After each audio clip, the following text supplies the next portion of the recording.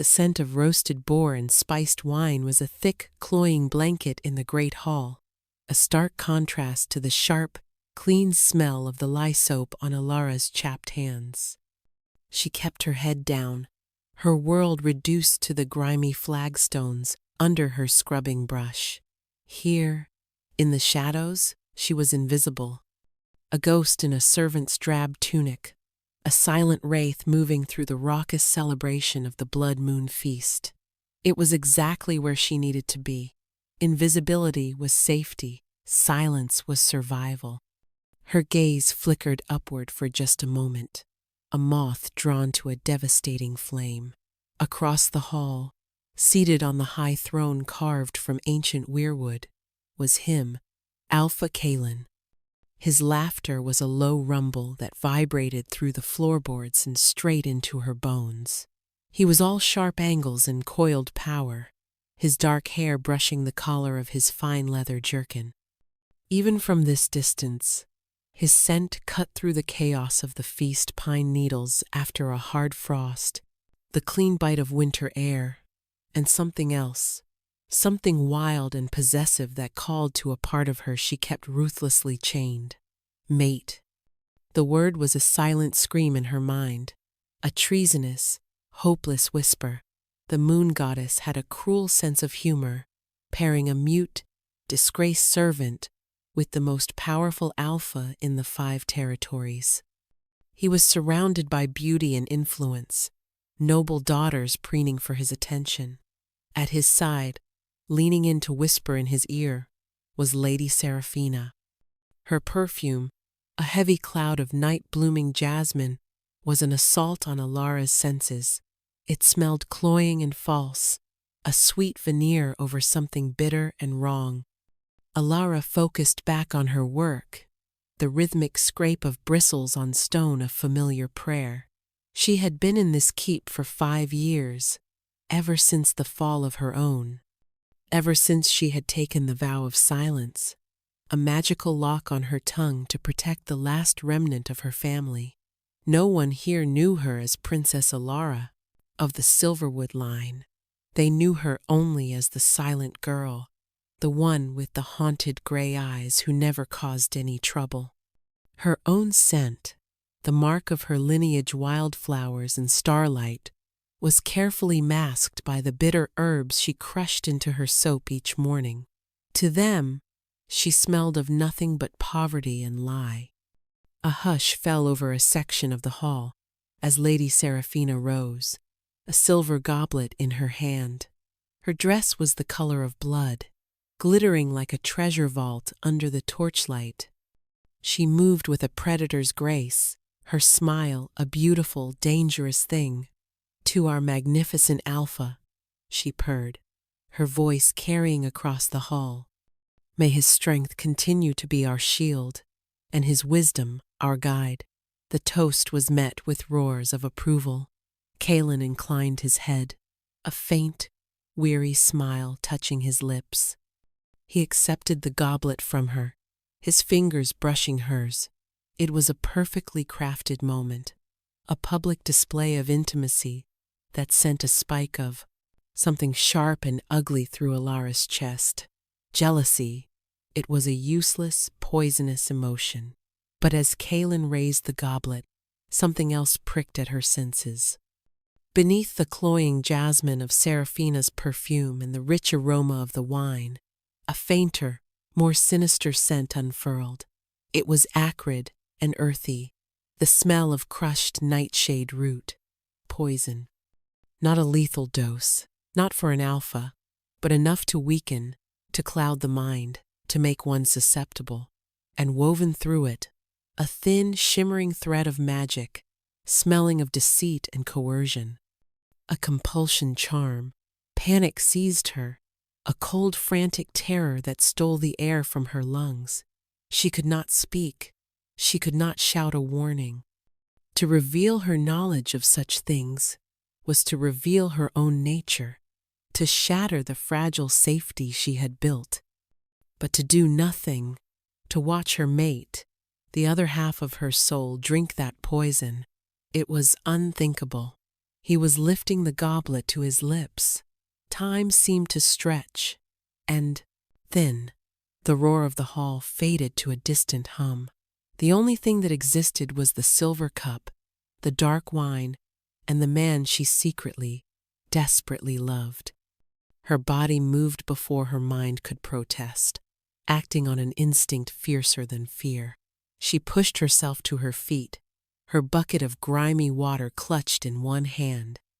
With a clumsy, desperate lurch, she stumbled forward, directly into the path of a passing steward. The collision was jarring. Alara went down hard, the bucket flying from her grasp. Soapy, dirty water arced through the air in a perfect, horrifying trajectory, drenching the Alpha's boots and splashing up the front of Lady Seraphina's crimson gown. The silver goblet, knocked from Kaelin's startled grasp, clattered to the floor, its poisoned contents spreading in a dark stain across the stones. Silence.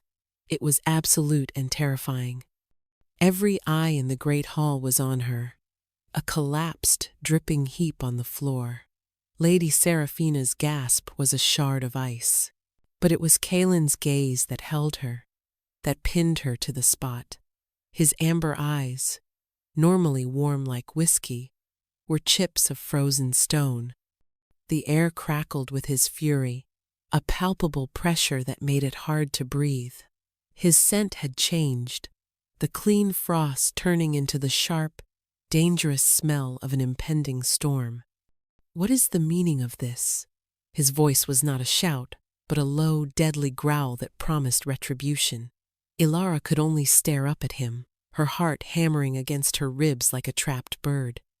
She had saved him, and in doing so, she had just condemned herself.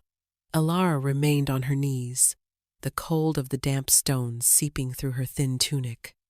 She kept her eyes fixed on the floor, on the spreading pool of wine that smelled of lies and death. She could feel the weight of hundreds of stares, but Kaelin's was a physical force, pressing down on her, demanding an answer she could not give. "I asked you a question, girl." His voice was closer. Now, silk over steel.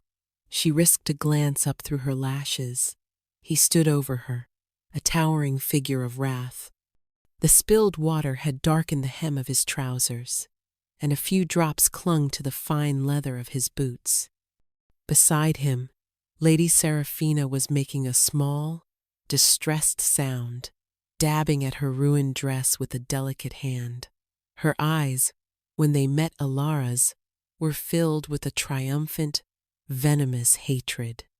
This was even better for her than the poison, a public humiliation for her rival, delivered by the Alpha himself. Alara lowered her head again, her mind racing. What could she do? A clumsy servant. That was all she could be. She slowly, deliberately, began to gather her spilled rags, her hands trembling. An accident. It had to look like an accident. "She is mute, my Lord Alpha," a voice interjected. It was Boren, the head steward, a man whose face was a permanent mask of sour disapproval. "And clearly, as clumsy as she is silent, she has never caused such a disruption before." "Mute?" Kaelin's voice was laced with disbelief. He crouched down, forcing her to meet his gaze. His proximity was overwhelming. The scent of his fury was laced with something else, now confusion, curiosity. It swirled around her, a heady, terrifying mix. His amber eyes searched her face, and for a terrifying second, she thought he could see right through her, past the grime and the silence to the princess hiding beneath. "Look at me!" She forced herself to lift her chin. Her heart pounded a frantic rhythm against her ribs. To be this close to him, the mate she could never claim, was a unique form of torture. She could see the flecks of gold in his eyes, the slight stubble along his jaw. The urge to reach out, to touch him, was a physical ache. Is this true? You cannot speak? He asked, his voice softer now, meant for her alone. She gave a single, jerky nod. He studied her for a long moment, his brow furrowed. She felt a flicker of the mate, bond, a subtle pull in her chest, a silent question passing between their souls. Why? He didn't understand it, but he felt it, a connection to this lowly servant girl that made no sense. He looked from her wide, frightened eyes to the spilled wine, then to Lady Seraphina, who was now being fussed over by her ladies-in-waiting. A flicker of suspicion crossed his face, there and gone in an instant. "Clean this mess," he said, his voice once again hard and commanding, as he rose to his full height. "And then report to my chambers. The steward is right. You have never caused a disruption. I want to know why you chose tonight to start." He turned and walked back to the high table without another glance, leaving Alara in the center of the silent, staring hall. The command was a death sentence. To be summoned to the Alpha's private chambers was unheard of for a servant, unless it was for punishment. Whispers erupted around her like the hiss of snakes. Boren grabbed her arm, his fingers digging into her skin like talons. "You have brought shame on this household, girl," he hissed, his breath sour with wine. "Get up. Do as the Alpha commands." Her legs felt like water as she stood. She cleaned the spill under the steward's hawkish gaze, her movements numb and mechanical. Every nerve in her body was screaming. He was suspicious. Her desperate act had not been seen merely as clumsiness, but as an act with intent. And now she would have to face him, alone, with no words to defend herself. When the mess was cleared, Boren marched her through the keep, his grip unforgiving. The stone corridors were cold and silent, a stark contrast to the noise of the feast. They stopped before a set of heavy oak doors guarded by two of the Alpha's personal guard. They looked at her with a mixture of pity and contempt. "The girl, as commanded by the Alpha," Boren announced, shoving her forward. One of the guards opened the door, and she was pushed inside. The door boomed shut behind her, the sound of the heavy bolt sliding into place echoing the frantic beat of her own heart. She was trapped. The Alpha's chambers were larger than the entire servants' dormitory. A fire crackled in a vast stone hearth, casting dancing shadows on walls lined with books and maps. The air smelled intensely of him pine and frost and leather, and it made her feel both faint and strangely safe. Kalen stood by the fire, his back to her, one hand resting on the mantel. He had shed his formal jerkin and was now in a simple linen shirt that did little to hide the powerful muscles of his back and shoulders. The last time a servant was summoned here, it was because he was caught stealing silver, Kailan said, his voice a low, contemplative rumble. "I had his hand removed." Alara's blood ran cold. She stood frozen just inside the door, her hands clenched at her sides. He turned slowly to face her. The firelight carved his face into harsh planes and soft shadows. The anger was gone from his eyes, replaced by an unnerving intensity. "You, however, did not steal silver. You spilled water, and in doing so, you may have saved my life." Her breath hitched. He knew, or he suspected. "That wine was a gift from Lady Seraphina," he continued, his eyes never leaving hers. "From a family that seeks a marriage alliance, to accuse her of poisoning me is treason. To spill her offering is a grave insult. But you looked at that goblet like it was a coiled viper." He took a step closer. "I want to know why, and I will not accept your silence as an answer. You will find a way to tell me. Now." Alara's mind was a whirlwind of panic. He was too perceptive, too intelligent. He had seen past the clumsy act to the desperate intention beneath. She was trapped in his chambers, under his intense scrutiny, and her only defense, her silence, was the very thing he refused to accept. She shook her head, a small, helpless gesture, and took an involuntary step back. Her gaze dropped to the floor, unable to bear the weight of his stare. How could she explain? Writing a note would be an admission of knowledge she shouldn't possess. It would invite questions she couldn't answer without revealing everything. "Do not look away from me," Kalen commanded, his voice soft but unyielding. He closed the distance between them in 2 long strides. He stopped just before her, so close she could feel the heat radiating from his body. He gently placed a finger under her chin, forcing her to look up at him. His touch was like lightning, a searing jolt that shot through her entire body. The mate bond flared to life, a hungry, desperate thing that yearned for more.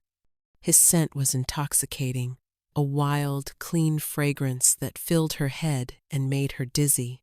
"There is more to you than a mute servant girl," he murmured, his thumb stroking softly along her jawline. His eyes were dark, searching. "I have seen you in the halls. You move like a shadow, trying to be invisible. But I see you. I have always seen you. There is a strength in you, a fire in your eyes. It was there tonight when you looked at me." Her heart ached. He saw her. In a world that had rendered her invisible, he saw something real.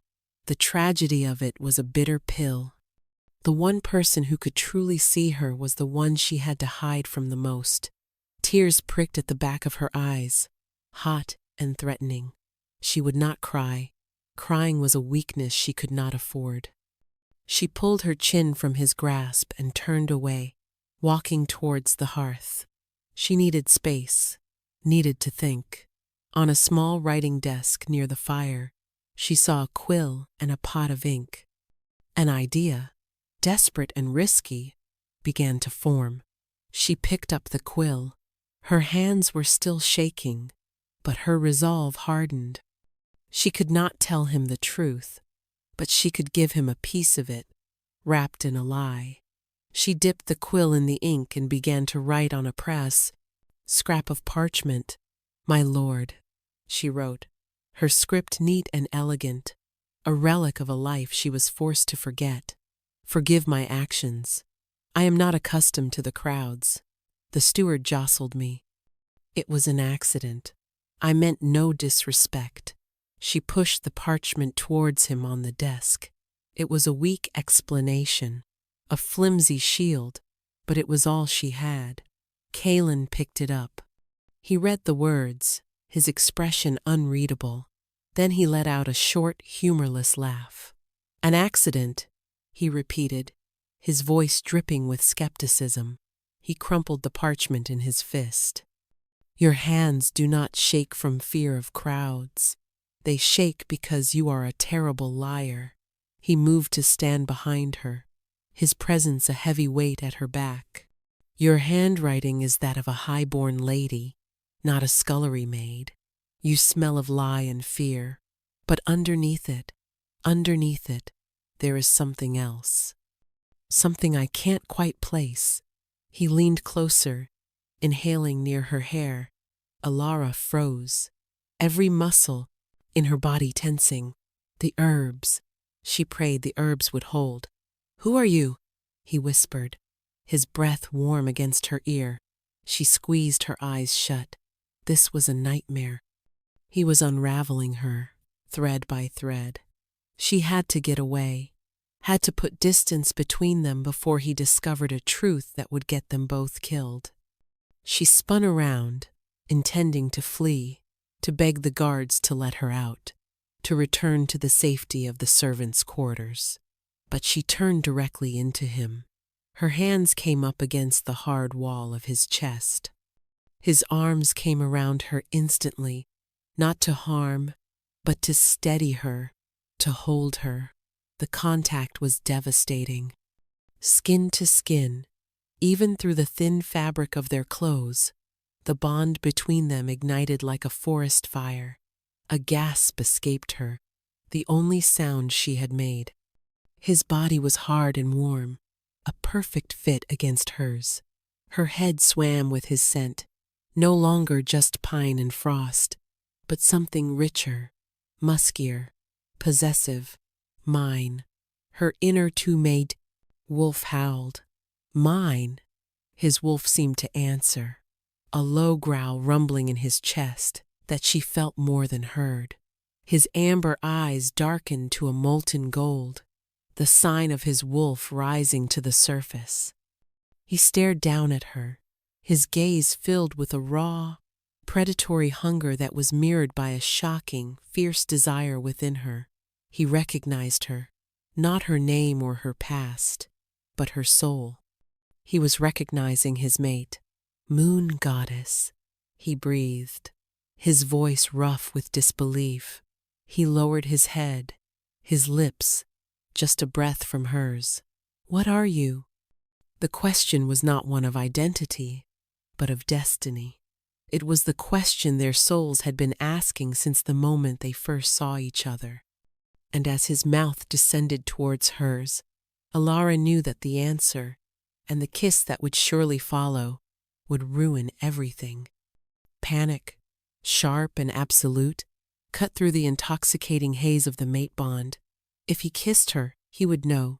A true mate's kiss was a revelation, a sharing of souls. He would feel her magic, taste her royal blood, see the secrets she guarded with her life. It would be a bond forged, and a death sentence signed in the very same moment. With a strength born of pure desperation, she shoved against his chest. The move was so unexpected that he stumbled back a step, his arms dropping from around her. The loss of his touch was like a physical blow, leaving her cold and aching, but it was necessary. She shook her head violently, her eyes wide with a silent, frantic plea. Don't. Kalen stared at her, his chest rising and falling heavily. The gold in his eyes slowly receded, leaving behind a deep, burning confusion and a flicker of hurt. He looked down at his own hands as if they had betrayed him. What is this? He demanded, his voice strained. What is this hold you have over me? One moment I want to punish you, the next I want to claim you. Alara backed away, her hands held up in a gesture of surrender. She had to de-escalate. This had to push him away before he broke through her defenses. She gestured wildly around the opulent room, then pointed to herself, to her drab, worn tunic. She tried to convey the impossible gulf between them. You are an alpha. I am nothing. You think I care about that? He scoffed, though a flicker of doubt crossed his face. The rigid hierarchy of their world was ingrained in him. Alphas did not mate with nameless servants. It was not done. It makes no sense. My wolf, it recognizes you. It calls for you. He ran a hand through his dark hair, a gesture of profound frustration. He began to pace before the fire like a caged wolf, the powerful muscles in his back flexing under his shirt. Alara watched him, her heart a painful knot in her chest. She was the cause of his turmoil. Her very existence was a threat to his peace, to his rule. Seraphina, he said suddenly, stopping his pacing. He looked at Alara, his eyes narrowed in thought. You did this because of her. You were not protecting me from the wine. You were protecting me from her. It was a leap of logic, but it was dangerously close to the truth. Alara's expression must have betrayed her, because a look of grim understanding dawned on his face. She has been persistent, he admitted, his voice low. Her family is powerful. An alliance would secure my northern border. Everyone expects me to accept her as my Luna. He looked at Alara, and the raw emotion in his eyes stole her breath. But I cannot. Not when my soul feels tethered to a silent servant girl who looks at me with the eyes of a fallen queen. A shiver went down her spine. A fallen queen. Did he know? No. It was just a turn of phrase, a poetic observation. It had to be. He walked to the door and slid the heavy bolt back with a resounding thud. The sound made her jump. "I cannot keep you here," he said, his voice flat, devoid of the earlier emotion. It was the voice of an alpha making a decision. "It is not safe for you, or for me." He was letting her go. A wave of relief so intense, it made her knees weak washed over her. But it was followed swiftly by a pang of loss so sharp it felt like a blade twisting in her gut. He was sending her away. "Boren has quarters for the senior household staff near the kitchens," he said, not looking at her. "You will no longer work in the scullery. You will be assigned as my personal attendant. You will bring my meals. You will attend to my chambers. You will be at my side from dawn until dusk." Alara stared at him, her relief evaporating into stunned horror. That wasn't sending her away. That was pulling her closer, into the very heart of the danger. "I will not have you out of my sight," he continued, his voice hardening. "I do not trust Serafina, and until I understand what this connection between us is, I will not have you scrubbing floors where any stray boot could harm you. You are under my protection, now, whether you want it or not." It was a cage, a gilded velvet-lined cage, but a cage nonetheless. He was doing it to protect her, but in doing so, he was placing her directly in Serafina's path. He was also ensuring they would be in constant proximity, a daily torture for them both, a constant strain on the bond that screamed for completion. "Go," he commanded, his voice rough. "Your new duties begin at sunrise." She didn't need to be told twice. She fled from the room, not daring to look back, the scent of him clinging to her like a second skin.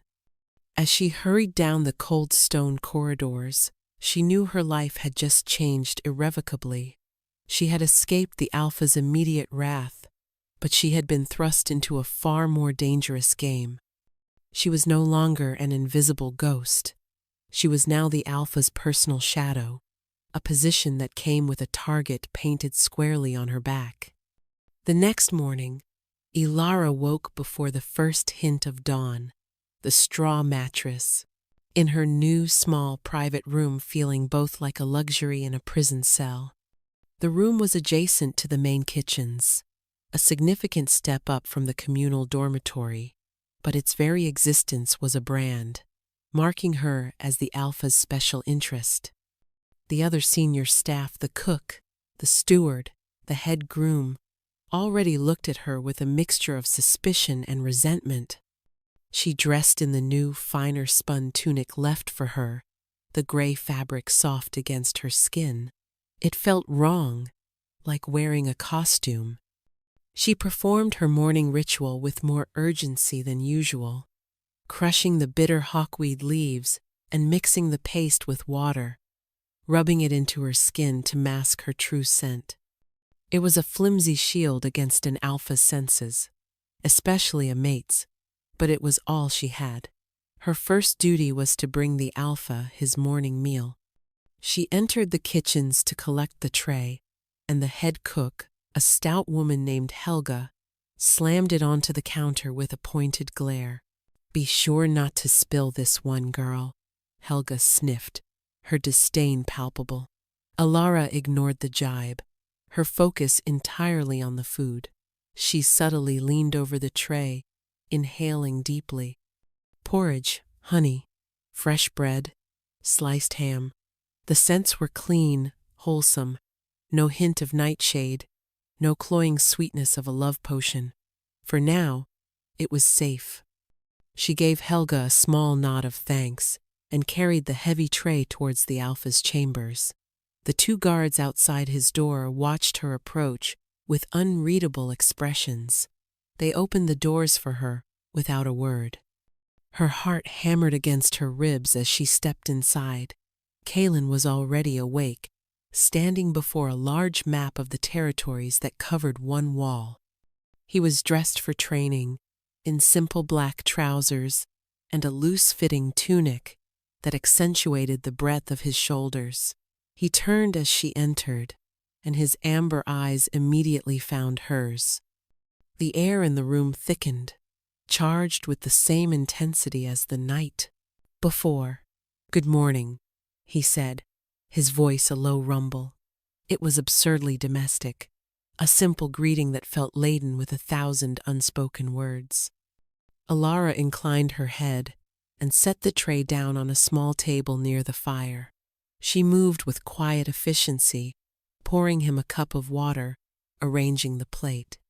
She was hyper-aware of his gaze on her, tracking her every movement. It made her skin feel tight, her nerves stretched thin.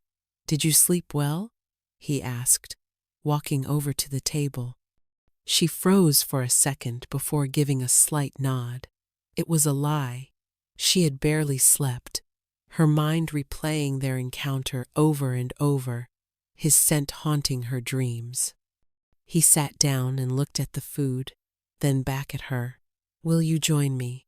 The offer was shocking. A servant did not eat with their alpha. It was a breach of every protocol. She shook her head quickly, her eyes wide with alarm, and took a step back towards the door. "Stay," he commanded, his voice gentle but firm. "I do not wish to eat alone." He gestured to the other chair at the table. "Please." The please was her undoing. It was a request, not an order, a sign of respect she had not been shown in years. Hesitantly, she sat on the very edge of the chair, her back ramrod straight, feeling utterly out of place.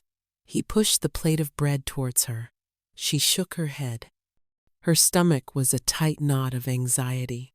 She couldn't have eaten a single bite. They sat in a strange, charged silence as he ate. He seemed to be studying her, trying to piece together a puzzle. "I have been thinking," he said finally, pushing his plate away, "about what you did. It was a risk, a great one. You invited my wrath to—" "What? Avert an insult to Lady Seraphina?" His tone was skeptical. "No, that's not it. You were not protecting her honor. You were protecting me."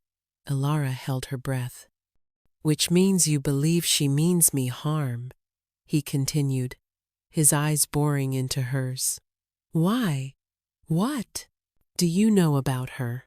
She stared at her hands, clasped tightly in her lap. The silence stretched between them, thick with his unanswered questions. She had no answers she could give. A sharp knock on the door broke the tension. A guard entered. "My Lord Alpha, Lady Seraphina is here. She insists on seeing you." Kaelin's jaw tightened. A muscle flexed in his cheek. "Let her in," he said, his eyes never leaving Alara's. It was a test. Seraphina swept into the room, a vision in emerald green. Her scent of jasmine filled the space instantly, a sweet invasive fog. She stopped short when she saw Alara sitting at the table with the alpha. Her beautiful face, arranged in a look of sweet concern, twisted into a mask of pure fury for a split second before she smoothed it over. "Kaelin, darling," she purred, gliding towards him. "I was so worried after that dreadful incident last night. I could not rest. And then to hear you had taken that clumsy wretch into your personal service." Her eyes, the color of dark jade, raked over Alara with contempt. "Is that wise? To reward such incompetence?" "I reward what I see fit, Seraphina," Kaelin said, his voice cool. "Alara will be serving me from now on." "Alara," Seraphina repeated, tasting the name with disdain. She turned her full attention on the silent girl.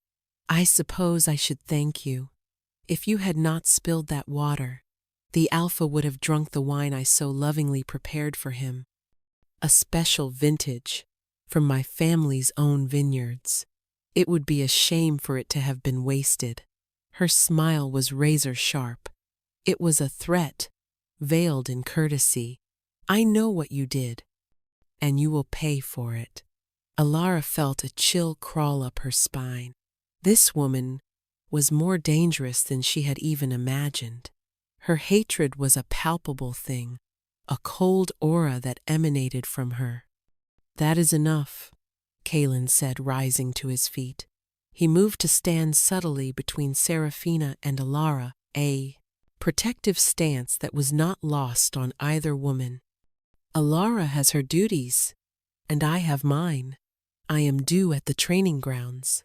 Of course, my love, Serafina said, placing a possessive hand on his arm. I will walk with you.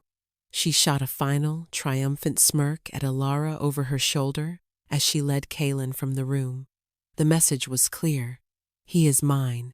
You are nothing. Alara sat alone in the silent chamber, the lingering scent of jasmine making her stomach churn. The battle lines had been drawn, and she was standing on them, alone and unarmed.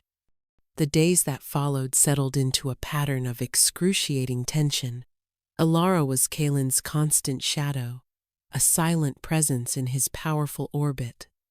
She brought his meals, organized his papers, stood sentinel in the corner of the council room while he debated pack business, and waited outside the training grounds while he sparred with his warriors. Every moment was a trial. Being so close to him, breathing in his scent, feeling the constant, thrumming pull of the mate bond was a sweet agony. He, in turn, watched her with a hawk's intensity. He seemed to have accepted her silence, for now, but he tested her in other ways.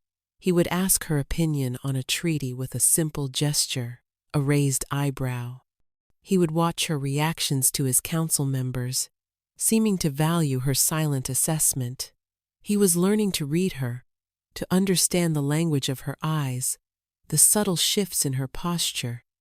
It was terrifyingly intimate, and through it all, there was Serafina. She was a constant, venomous presence. She found endless reasons to be at Kalen's side, touching his arm, laughing at his jests, inserting herself between them at every opportunity. Her attacks on Alara were subtle but relentless. A misplaced stack of important documents that Alara would be blamed for. A forgotten muddy cloak left for Alara to clean just before she was to serve dinner. Small, cruel barbs designed to undermine her and remind her of her place. Alara bore it all with a quiet stoicism that seemed to infuriate Serafina and intrigue Kalen in equal measure. Her focus remained singular, keeping Kalen safe. Before every meal, she would check the food, not just for the scent of poison, but for the shimmering, corrupt tang of magic. Twice more she found it. Once, a sleeping draught in his evening wine, which she disposed of by, accidentally, knocking the pitcher off a high shelf. The second time, a more insidious charm woven into the thread of a new tunic, meant to cause agitation and paranoia. She'd managed to damage the shirt while mending it, forcing it to be discarded. Each time, Kalen would look at her with an expression of knowing suspicion, but he never called her out on it. A silent understanding was growing between them. He was beginning to trust her instincts, even if he didn't understand them. The tension reached a breaking point during the week of the new moon. A delegation from the neighboring Stonecrest Pack was visiting to negotiate territory rights. The negotiations were fraught, the air in the council room thick with barely veiled hostility. The Stonecrest Alpha, a brutish man named Fendril, was known for his aggressive tactics. One evening, after a particularly grueling day of talks, Kalen dismissed his council, looking weary and frustrated. He remained in the council room, staring at the maps, with only Alara for company. "He's a stubborn fool," Kaelin muttered, more to himself than to her. Fendrel would risk a war over 100 acres of useless swamp, because his pride is at stake. He finally turned to look at her. His shoulders slumped. The burdens of being an alpha were etched on his face. "What would you do?" The question startled her. He was genuinely asking for her counsel. She walked over to the map. Her father had been a king and a brilliant strategist. She had spent countless hours in his war room, absorbing his lessons. She looked at the disputed territory, then at the lands surrounding it. She picked up a charcoal pencil from the table. She circled not the swamp, but a stretch of barren hills deep within Kaelin's own territory. Then she drew a line from the hills to the Stonecrest border. Kaelin watched her, his brow furrowed. "The granite hills? They're worthless. Barely support a few goats." Alara shook her head. She tapped the charcoal pencil on the hills, then made a gesture of digging. She then pointed to her own ear, and then gestured towards the Stonecrest lands. His eyes widened in comprehension. "Echoes," he breathed. "The sound it would carry from those hills. We could establish a listening post. We could hear their patrols, their movements, long before they reached our borders." He looked at the map, then back at her, his face alight with a new, startling respect. To give him the swamp he wants in exchange for the hills he thinks are worthless, it's brilliant. It gives him a public victory while giving us a massive strategic advantage. He stared at her, a slow smile spreading across his face. It was the first genuine, unguarded smile he had ever given her, and it hit her with the force of a physical blow. It transformed his harsh, handsome features into something breathtaking. "You are wasted as a servant," he said softly. He reached out, his fingers tracing the line she had drawn on the map, his hand covering hers. The warmth of his skin against hers was electric. The bond between them surged, a current of warmth and rightness that flowed through her veins. The moment was shattered by the clearing of a throat. They both jumped, snatching their hands back as if burned. Seraphina stood in the doorway, her arms crossed, her face a thunderous mask. "Am I interrupting something?" she asked, her voice dangerously sweet. "Seraphina," Kaelin said, his voice tight with annoyance. "This is a closed meeting." "It looked more like a strategy session," she said, her eyes flicking from the map to Alara's face, which was surely flushed. "With your serving girl. How very progressive of you, my Lord Alpha." The sarcasm was thick enough to cut with a knife. She walked into the room, deliberately placing herself between them. She ran a hand over the map, smudging the charcoal line Alara had drawn. "Do not let this little mute fill your head with foolish ideas, Kaelin. She knows about scrubbing floors, not winning wars." "She knows more than you think," Kaelin said, his voice dangerously low. His protectiveness was a warm shield around Alara. "Does she?" Seraphina's eyes narrowed into slits. "Then perhaps she knows to stay away from that which is not hers." She turned and gave Alara a look of pure, undiluted malice, and in that moment Alara felt it. A cold, slithering tendril of magic, thin as a needle, probing at her mind, at her defenses. It smelled of rot and decay. Seraphina was a witch, a powerful one. Alara instinctively threw up a mental shield, a trick of her own suppressed magic she hadn't used in years. It was like slamming a door in the face of an intruder. Seraphina gasped, her eyes widening in shock and fury. She had felt the resistance. She now knew Alara was not just some ordinary girl. The game had just changed. Seraphina no longer saw her as a simple rival for Kaelin's affection. She saw her as a threat to her power. And Alara knew, with a certainty that chilled her to the bone, that Seraphina would stop at nothing to eliminate her. The aftermath of Seraphina's magical probe was a silent declaration of war. The air in the keep grew thick with an unspoken menace. Seraphina no longer bothered with petty torments. Her animosity was now a cold, watchful waiting. She knew Alara had power, and Alara knew that she knew. It was a terrifying stalemate, each waiting for the other to make a move. Kaelin, though unaware of the magical nature of the confrontation, had felt the shift. He became even more protective of Alara, rarely letting her out of his sight. This forced proximity was both a comfort and a torment. The bond between them deepened with every shared glance, every accidental touch, every moment of silent understanding. It was a beautiful, blooming thing in the heart of a gathering storm.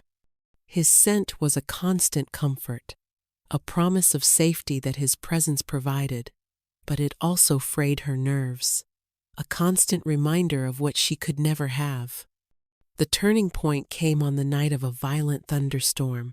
Rain lashed against the stone walls of the keep, and wind howled through the corridors like a grieving spirit. The Stonecrest delegation had departed that morning. The treaty-signed Kaelin had used her strategy, and it had worked flawlessly. He had been in a triumphant mood all day, but as night fell, a strange restlessness seemed to settle over him. He had dismissed her for the night, but Alara couldn't sleep. A sense of deep unease coiled in her gut. Seraphina had been conspicuously absent all day, and that, more than anything, set Alara on edge. Something was wrong. She crept from her small room and made her way through the darkened, silent keep towards the Alpha's chambers. The guards were at their posts, but they were drowsy, lulled by the late hour and the storm's fury. She slipped past them, a shadow in the flickering torchlight, and pressed her ear to the heavy oak door. She heard a thud, then a groan. Fear, cold and sharp, pierced through her. She didn't hesitate. She pushed the door open. It was unbolted and slipped inside.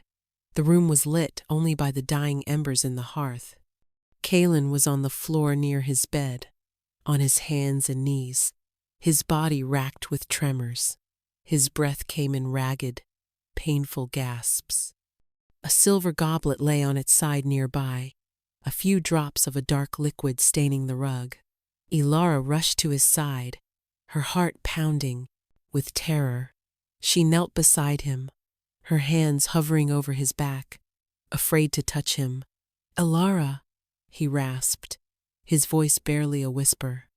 He managed to look up at her, and what she saw in his eyes made her blood run cold.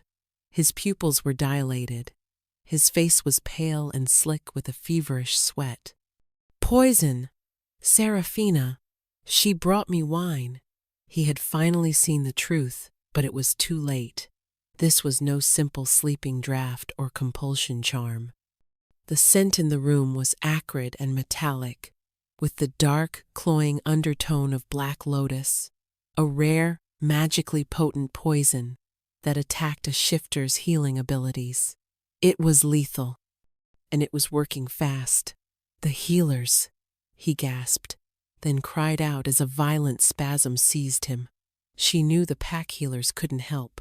This was a magical poison. It required a magical cure. A cure only she possessed. But to use her magic, her true Silverwood magic, would be a full revelation. It would drain her, leave her exposed. It would unmask her true scent for all to smell. But the alternative was watching him die. There was no choice. She gently helped him lie down, his head resting in her lap. He was burning with fever, his powerful body frighteningly weak.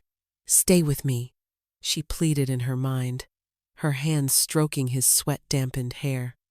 She closed her eyes and reached deep inside herself, to the place where her magic lay dormant. chained by her vow of silence. She pulled at it, not with force, but with love. With the desperate, all-consuming power of the mate bond, she thought of him, of his strength, his unexpected kindness, his soul that called to hers. She poured all of her yearning, all of her fierce, protective love into that single point of focus. A soft, silver light began to glow around her hands. It smelled of rain-washed petals and clean starlight, her true scent finally unbound. The bitter hawkweed on her skin was burned away by the pure magic. She placed one hand on his band, forehead and the other over his heart. She began to hum.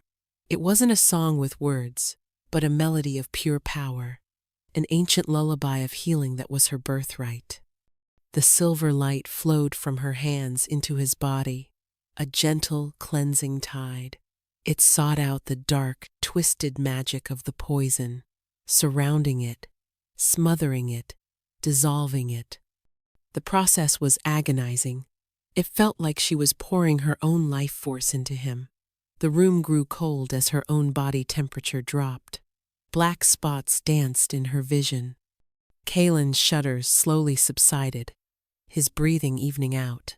The feverish heat under her palm began to cool. The color was returning to his face. He was going to live. Exhausted, on the verge of collapse, she let the light fade. The last of her strength gave out, and she slumped forward, her head resting on his chest, her world going dark. Her last conscious thought was of his scent, no longer tainted by poison, but clean and pure, pine and frost and winter air. And mingled with it now, for the first time, was her own, wildflowers and starlight, unmistakable, unmasked. Alara awoke to the feeling of being held. She was in Kalen's bed, cocooned in furs that smelled deeply of him. A soft morning light filtered through the high windows. For a moment, she was disoriented, the events of the previous night feeling like a fever dream. Then it all came rushing back. The poison, the magic. She sat up with a gasp. Kalen was sitting in the chair by the bed, watching her. He was no longer pale and feverish, but strong and vital, though his face was grim and his eyes held a storm of emotions. He was alive. The relief was so profound it almost brought her to her knees.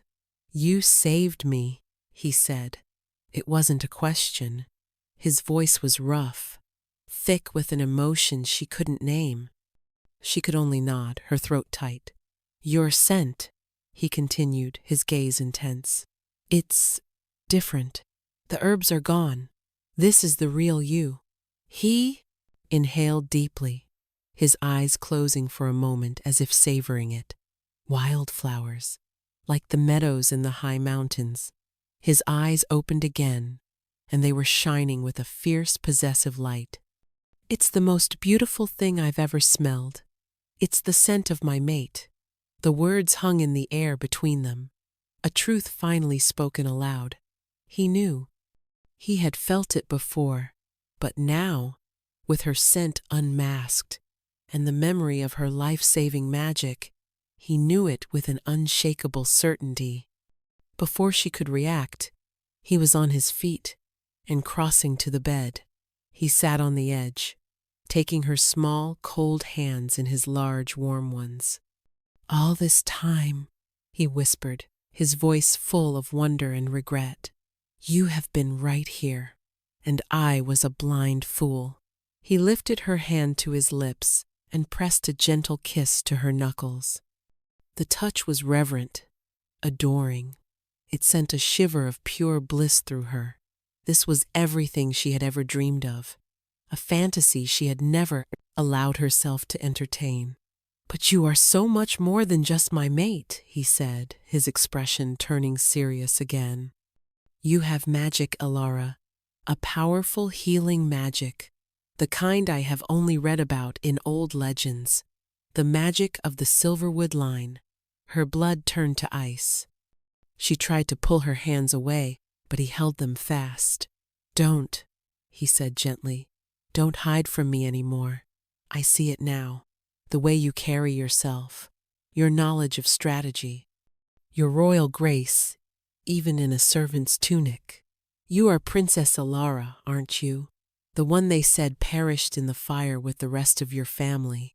Tears she had held back for 5 long years finally fell.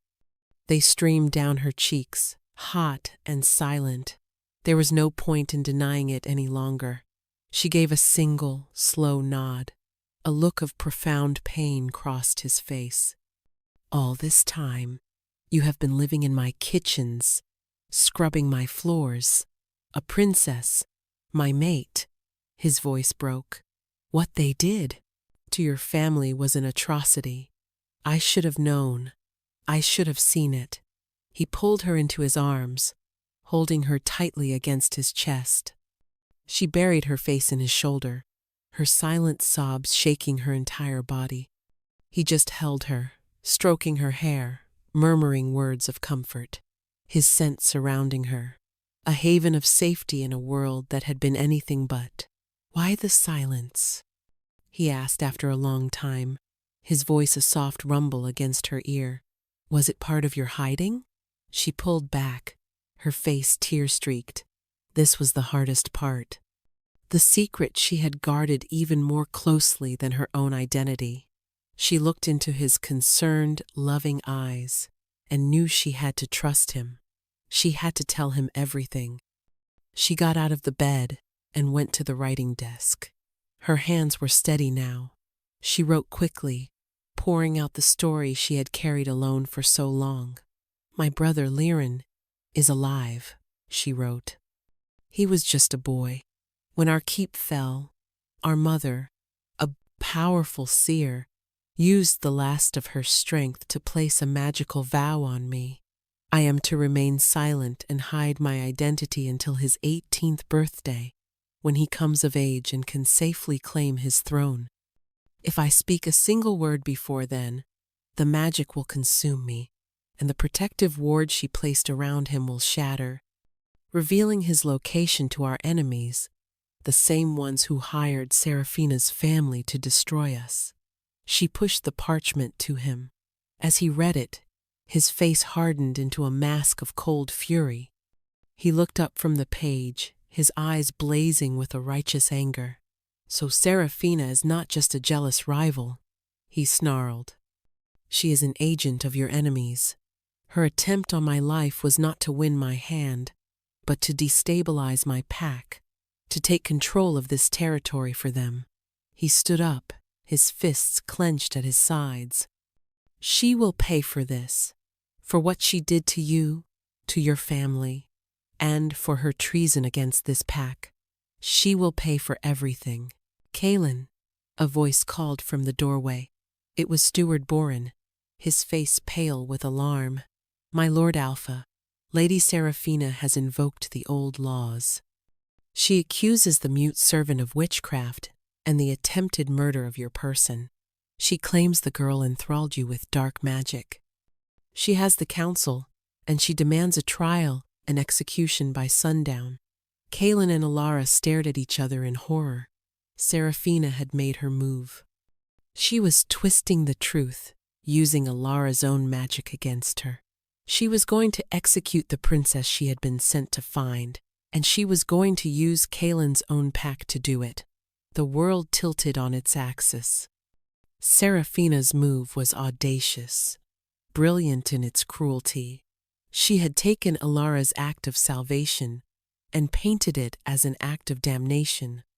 In a world where magic was feared and misunderstood, a mute servant girl suddenly manifesting healing powers was easier to believe as witchcraft than a miracle. Seraphina was using the pack's fear and ignorance as her weapon. "She cannot do this," Kaelin growled, his voice a low, dangerous rumble that promised violence. The alpha wolf was at the surface, his eyes flashing gold, his protective instincts raging. "She can, my lord," Boren said, his voice trembling slightly.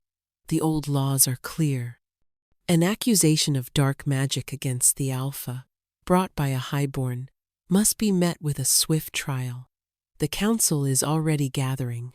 They are afraid.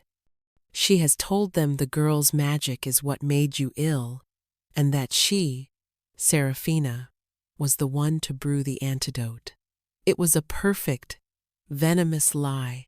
She was claiming Alara's heroism as her own. "I will not allow it," Kaelin declared. "I am the Alpha. My word is law." "But your word will be seen as compromised," Boren argued, his face etched with worry. "She has already planted the seed that you are enthralled. If you defend the girl without proof, it will only confirm her claims. It could split the pack, my lord. Some will stand with you, but many will follow the old laws in the council." Kaelin slammed his fist onto the table, making the inkpot jump. He was trapped. To defend Alara was to prove Seraphina's point. To allow the trial was to condemn his mate to death. He looked at Alara, his face a mask of torment and fury. He was the most powerful man in the territories, yet he was helpless. Alara's mind raced, cold and clear through the fog of fear. Panic was a luxury she couldn't afford. Seraphina wanted a public trial, a spectacle, and that was the opening Alara needed. It was her only chance. She walked to Kaelin, placing a calming hand on his clenched fist. He immediately covered her hand with his own, his touch desperate. She looked him in the eye, her gaze steady and resolute. She gave him a small, almost imperceptible nod. "Let it happen." "What?" he breathed, his eyes wide with disbelief. "Alara, no, they will condemn you." She shook her head. She turned to the writing desk and scribbled a quick note. "Trust me." He stared at the words, then back at her face. He saw the fire in her eyes, the steel in her spine. This was not the frightened servant girl from the great hall. This was a princess, a queen in waiting, and she had a plan. The trust between them, forged in secrets and silent conversations, held firm. "All right," he said, his voice strained but firm. He turned to Boren. "Tell the council I will attend the trial. It will be held in the main square, before the entire pack, at sundown. Let Seraphina have her stage." Boren bowed, a look of profound confusion on his face, and hurried out to do the Alpha's bidding.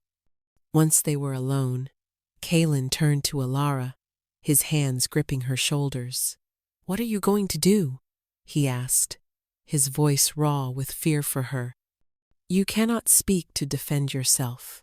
Your magic is the very thing she is using against you." She gave him a sad, small smile. She reached up and touched her own throat. Then she pointed to her heart. The vow. It was tied to her life force. She had saved him by pouring her magic, her love, into him. But the vow itself remained. There was only one way to break it, not by gentle persuasion, but by force. An act of will so powerful it would shatter the ancient magic. But the cost was immense. Her mother's spell was designed to protect her son by sacrificing her daughter if needed. Breaking the vow before its time would unleash a backlash of volatile, uncontrolled magic. It could consume her, burn her out from the inside. It was a desperate, final gamble, a choice to die on her own terms, speaking the truth, rather than be executed on the back of a lie. Kaelin seemed to understand her intention. The color drained from his face. "No," he whispered. "Alara, you can't. It will kill you." She shook her head, her eyes fierce. "It is the only way to save him, to save her brother, to save both their people. From the clutches of their enemies, she had to speak. She had to reclaim her voice, even if it was the last act of her life." He pulled her into a desperate, crushing hug. "I will not lose you," he vowed, his voice thick with unshed tears. "I just found you." She held him tightly, memorizing the feel of his arms around her, the solid beat of his heart against her ear, the comforting scent of pine and frost.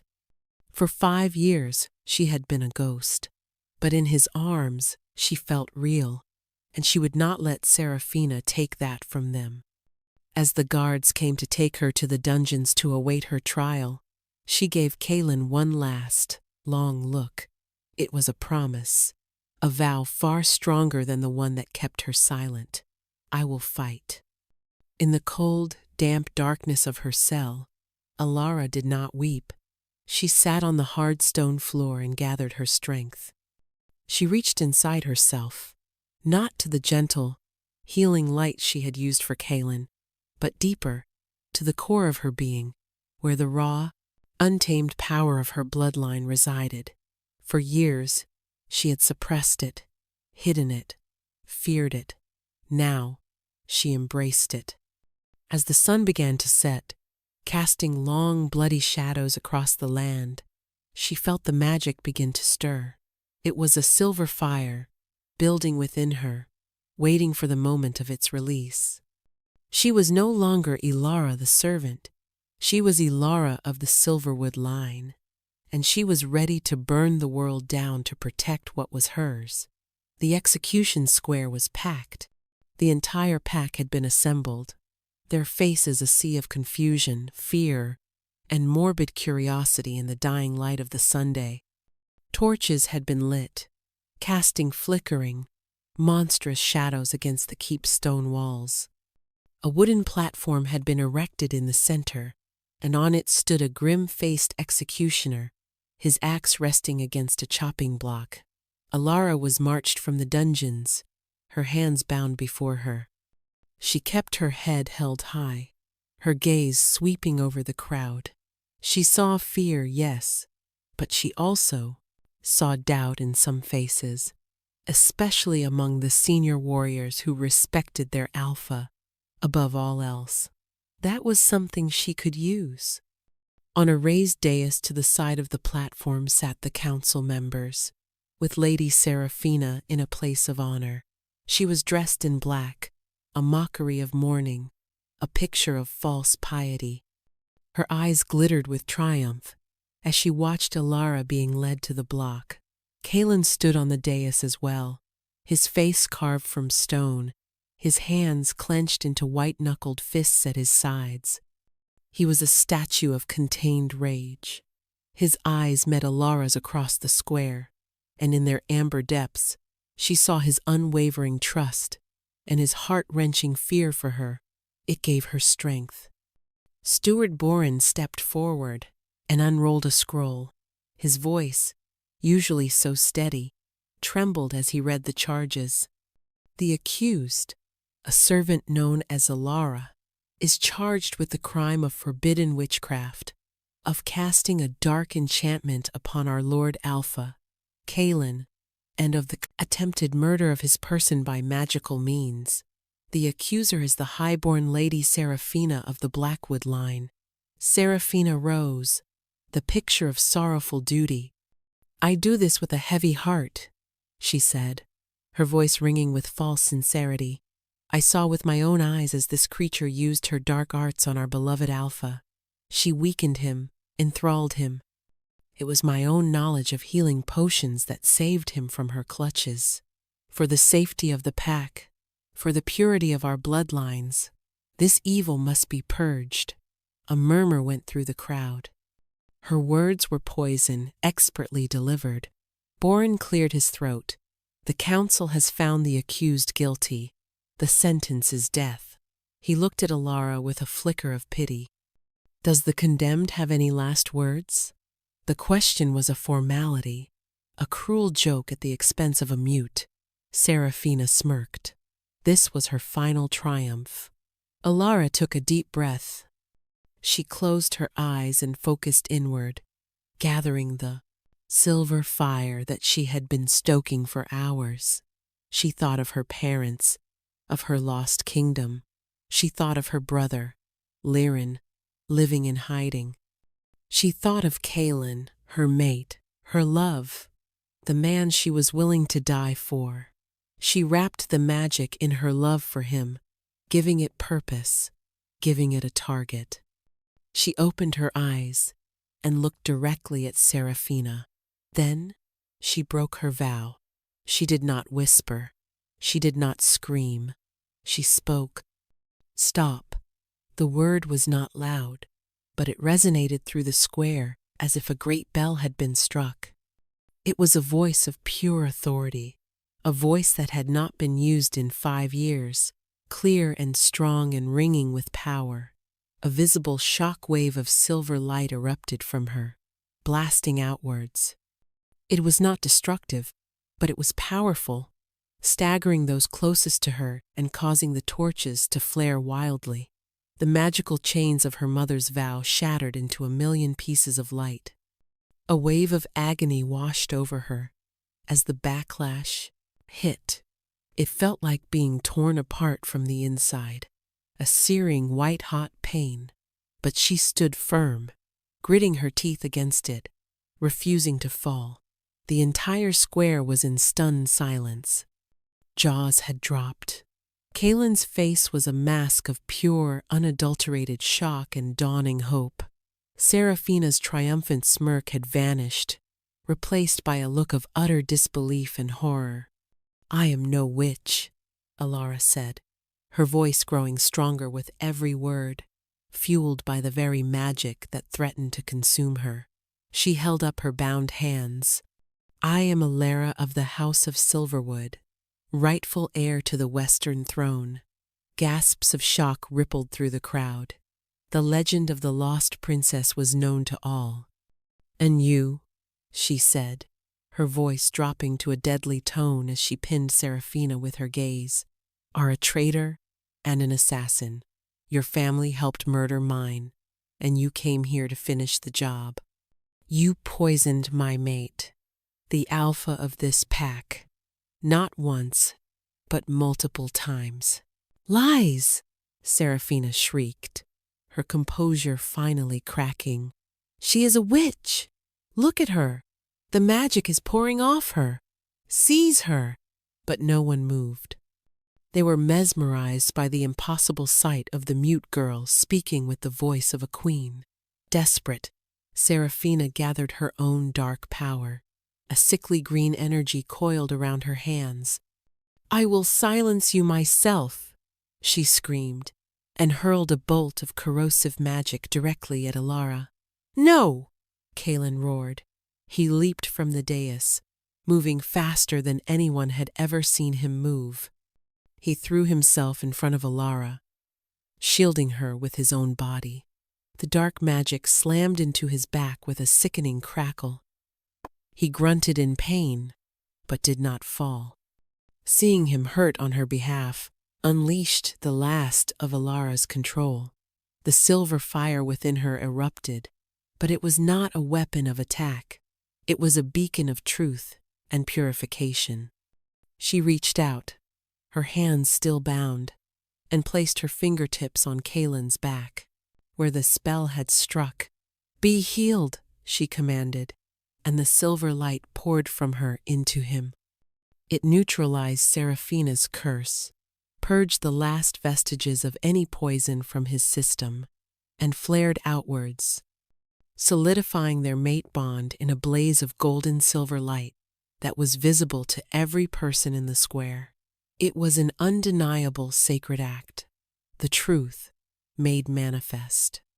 Serafina screamed in fury as her magic, exposed as corrupt and evil by the pure light of the mate bond, backfired on her. The green energy recoiled, wrapping around her, and with a final desperate cry, she collapsed, her power stripped from her, leaving her nothing more than a trembling, defeated woman. In the stunned, absolute silence that followed, Kalen turned and broke the ropes binding Alara's hands with a single, savage pull.